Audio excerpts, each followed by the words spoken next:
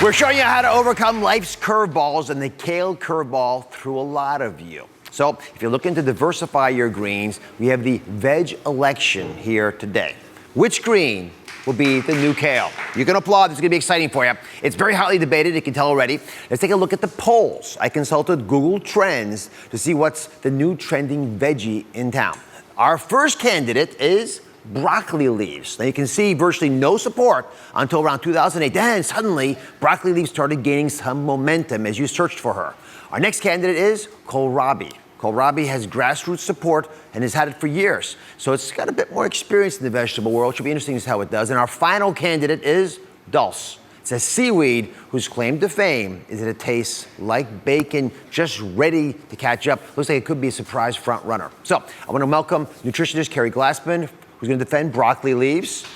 Nutritionist Brooke Alpert is going to be talking about kohlrabi. And holistic health expert Andrea Beeman will be talking about dulse. Helping me moderate our two veggie lovers. Hi, what's your name? Tamika. Tamika and? Hannah. Hannah.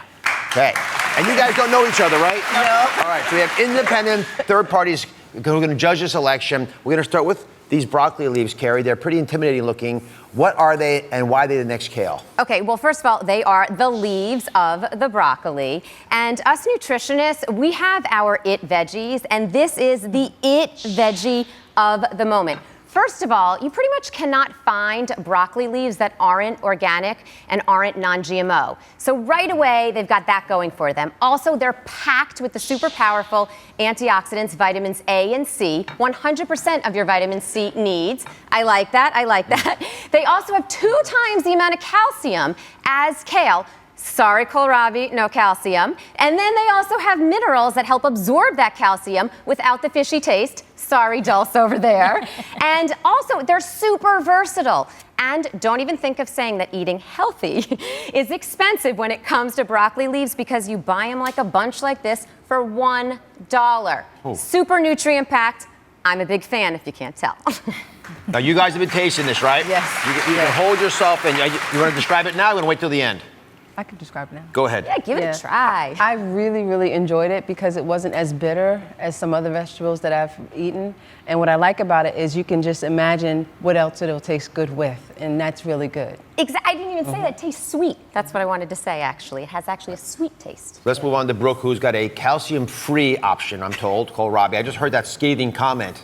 But All right. please go ahead. This is getting dirty now, Yes. let's be honest. All right, so we have kohlrabi here. One of the greatest things about this is that for half a cup, it's not even 20 calories. So you can eat tons of it for very few impact on your caloric intake. On top of that, this vegetable here is anti-aging. It can prevent wrinkles, it can prevent fine lines because it's loaded with vitamin C. Take that, broccoli leaves. Right, so we're loaded with vitamin C. Half a cup, not the 3.5 cups, half a cup contains over 70% of your daily vitamin C needs. Vitamin C is a precursor for collagen production. More collagen, less fine lines and wrinkles.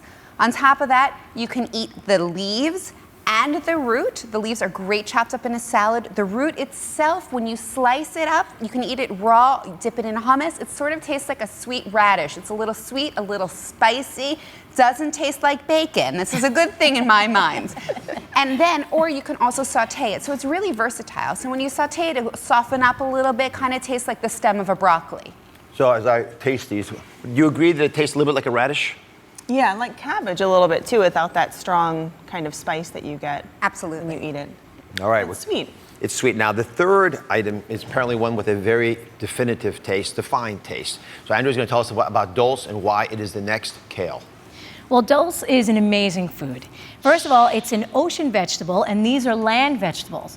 So this is where the mermaids live, right? We all know how beautiful mermaids are, right? So this is one of the most mineral-rich foods on the planet. It's savory, it's salty, it's loaded with potassium, iodine, calcium, and if you coat it in bacon fat, it tastes like bacon. Yeah, with bacon fat, it would do it. That's right.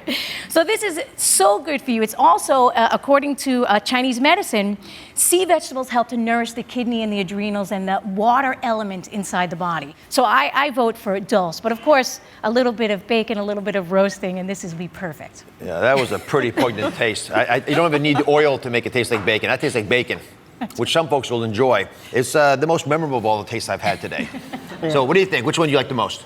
I like this one the most. This was really... So you like the broccoli leaves the most? Yes, I love the broccoli leaves the most. Okay. Because it's something I can use every day, and my son, my daughter, my husband, they'll definitely eat it. And what about the dulse? I love bacon, so I would put that on top, and it would be awesome. On top of the salad? Yes. Oh my goodness. How about you? Which one's your favorite? I like the leaves here. It's very filling, very thick, and very tasty. Well, I actually enjoy radishes a lot. So the closest thing to it was this. However, I gotta say, it doesn't matter what we say, because all these are excellent candidates for the next kale in the United States, but the decision is yours because it's democracy. So you're gonna decide who will take this coveted role. You can go to droz.com and vote for the next kale. The winning candidate will be announced right here on this show, and continue the debate on social media, #TheNewKale. Thank you very much for voting, my panelists. Thank you. Up next, everything you need to know about the little pink pill in just 60 seconds.